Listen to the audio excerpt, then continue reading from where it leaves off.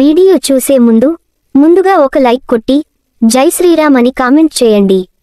ప్రతి ఏడాది శ్రావణ మాసంలోని శుక్ల పక్షంలో వచ్చే శుద్ధ పంచమి రోజున నాగ పంచమి పండుగను జరుపుకుంటారు.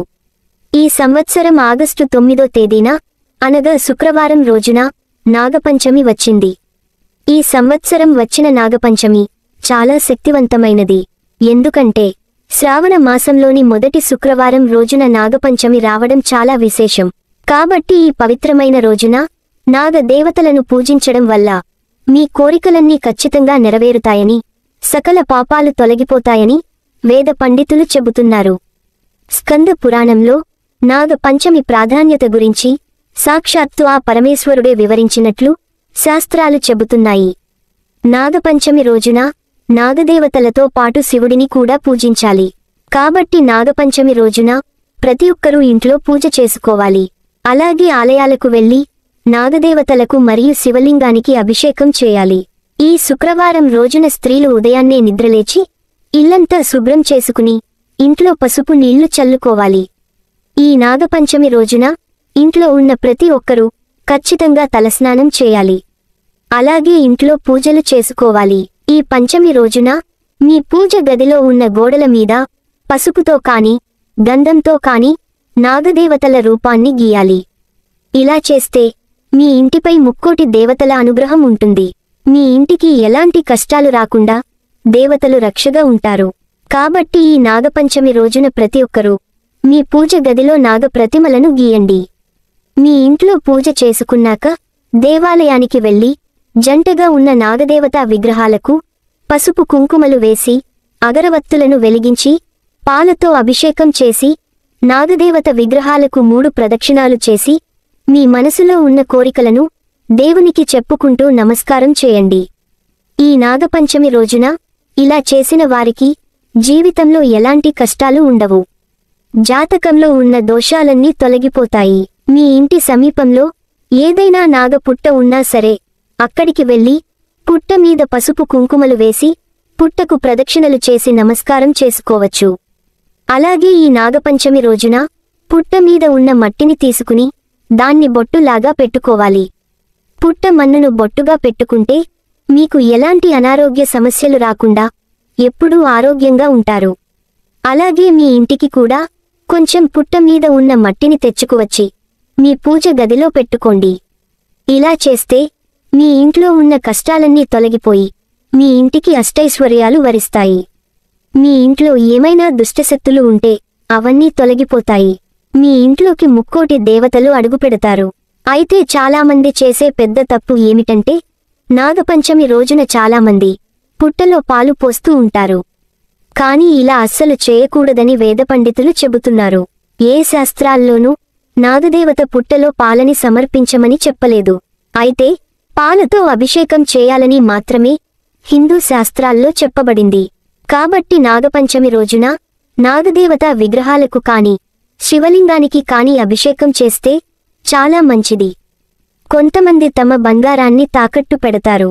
అలాంటివారు మీ బంగారాన్ని త్వరగా విడిపించుకోవడం కోసం ఈ నాగపంచమి రోజున నాగదేవతల విగ్రహాలకు పాలతో అభిషేకం చేసి నాగదేవత విగ్రహం ముందు ఒక మట్టి ప్రమిదను పెట్టి అందులో ఆవు నెయ్యి పోసి దీపం వెలిగించి మీ సమస్యను నాగదేవతకు చెప్పుకుంటే మీరు తాకట్టులో పెట్టిన బంగారం అతి త్వరలోనే మీ ఇంటికి వస్తుంది. అయితే ఈ నాగపంచమి రోజున ప్రతి ఒక్కరూ ఖచ్చితంగా కొన్ని నియమాలు పాటించాలి. అప్పుడే మీ ఇంటికి మంచి జరుగుతుంది. లేకపోతే మీ ఇంటికి కష్టాలు ప్రారంభమవుతాయి.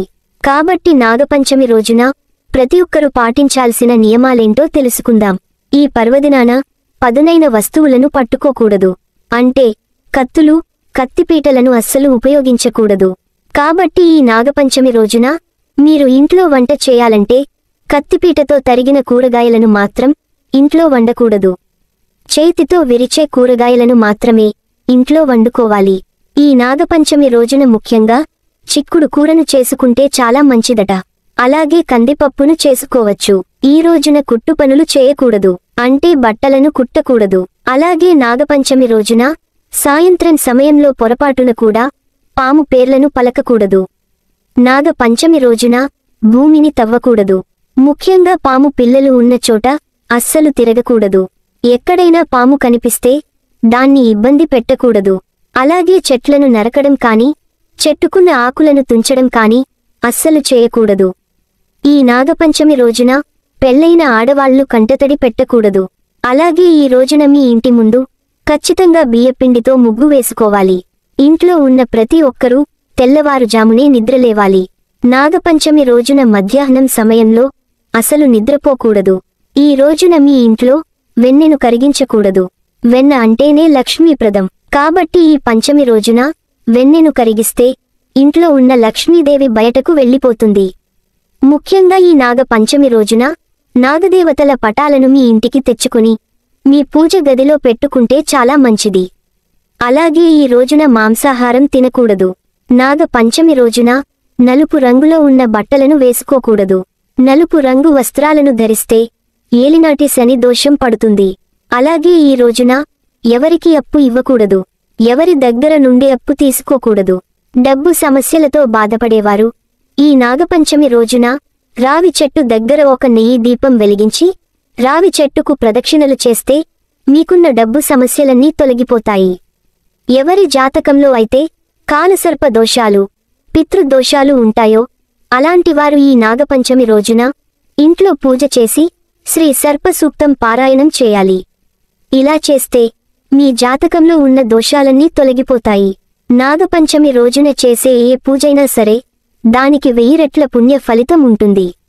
కాబట్టి నాగపంచమి రోజున తప్పనిసరిగా కొన్ని నియమాలను పాటిస్తూ మీ ఇంట్లో పూజ చేసుకుంటే ముక్కోటి దేవతల ఆశీర్వాదం పొందవచ్చు. ఈ వీడియో మీకు నచ్చితే లైక్ చేసి సబ్స్క్రైబ్ చేయండి.